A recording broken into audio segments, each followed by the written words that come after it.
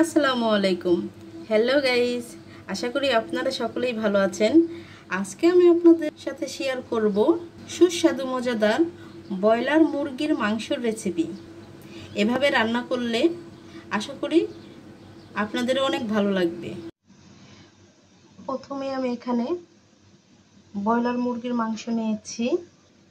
দেখুন, রেগুলার সাইজে piece piece করে কেটে ধুয়ে পরিষ্কার করে নিয়েছি। চুলায় একটি কড়াই বসিয়ে দিলাম। এবার দিয়ে দিব সয়াবিন তেল। এবার দিয়ে দিব 4টে এলাচ, 4 টুকরা গরম মশলা, 2টা তেজপাতা। এগুলো আমি তেলে ভালো করে ভেজে নেব।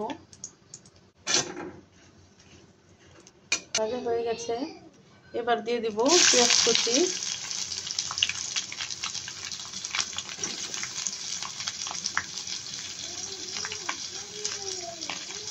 মরিচ কুচি। এবার ভালোভাবে নাড়াচাড়া করে মিশিয়ে নেব।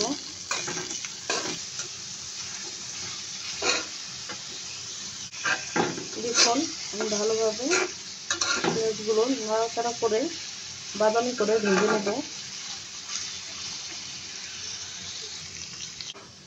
পেঁয়াজের কালার দেখুন হালকা বাদামি হয়ে এসেছে। এবার দিয়ে দিব লবণ। লবণ স্বাদ মতো দিতে হবে। লবণ দিয়ে ভালোভাবে নাড়াচাড়া করে মিশিয়ে নেব। এবার দিয়ে দিব আদা বাটা, রসুন বাটা, জিরা বাটা।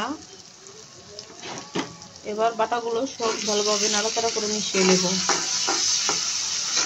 বাটা মশলাগুলো পেঁয়াজের সাথে ভালোভাবে মিশিয়ে নিয়েছি।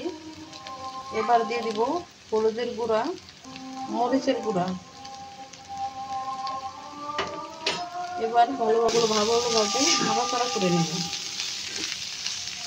মশলা যেন পুড়ে না যায় তার জন্য সামান্য পরিমাণে পানি দিয়ে দিব। পানি দিয়ে ভালোভাবে মশলাগুলোকে একসাথে কষিয়ে নেব। দেখুন, নাড়াচাড়া করে ভালোভাবে মশলাটাকে কষিয়ে নিয়েছি। এবার দিয়ে দিব পরিষ্কার করে রাখা গোস্তের টুকরাগুলো। এবার গোশগুলো দিয়ে ভালোভাবে নাড়াচাড়া করে মশলার সাথে কষিয়ে নেব। মশলার সাথে নাড়াচাড়া করে মিশিয়ে নিয়েছি। এবার এভাবে বেশ কিছুক্ষণ নাড়াচাড়া করে মশলার সাথে ভালোভাবে মাংসটাকে কষিয়ে নেব। দেখুন, আমি পানি ছাড়াই বেশ কয়েক মিনিট এভাবে নাড়াচাড়া করে মাংসগুলোকে ভালোভাবে মশলার সাথে মিশিয়ে নিয়েছি এবং মাংসতে পানি ব্যবহার করিনি এখনও। দেখুন, মাংসগুলো প্রায় এভাবে ভাজা ভাজা হয়ে মশলার সাথে মিশে আছে।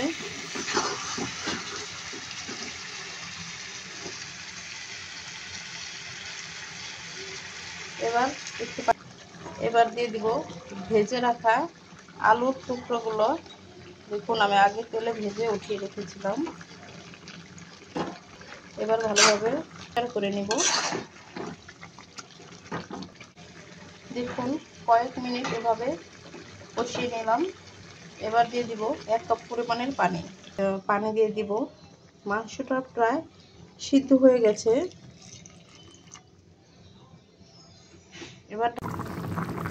এবার ঢাকনা দিয়ে ঢেকে এভাবে রান্না করে নেব 5 মিনিট। দেখুন, এই পর্যায়ে এবার উপর দিয়ে দিব জিরার গুঁড়ো। আমি জিরা ভেজে গুঁড়ো করে নিয়েছি। দেখুন, এ পর্যায়ে রান্না শেষ। চুলাটা অফ করে চুলা থেকে নামিয়ে নেব। দেখুন, চুলা থেকে নামিয়ে নিলাম। এবার পরিবেশনের জন্য রেডি। খুব সহজে ঝটপট বানিয়ে নিলাম সুস্বাদু মজাদার ব্রয়লার মাংসের রেসিপি। আমার রেসিপিটি যদি ভালো লেগে থাকে একটি লাইক দিয়ে দিবেন। নিত্য নতুন রেসিপি পেতে আমার চ্যানেলের সাথেই থাকবেন। আজকে এ পর্যন্তই। দেখা হবে নতুন রেসিপি নিয়ে নতুন ভিডিওতে। আল্লাহ হাফেজ।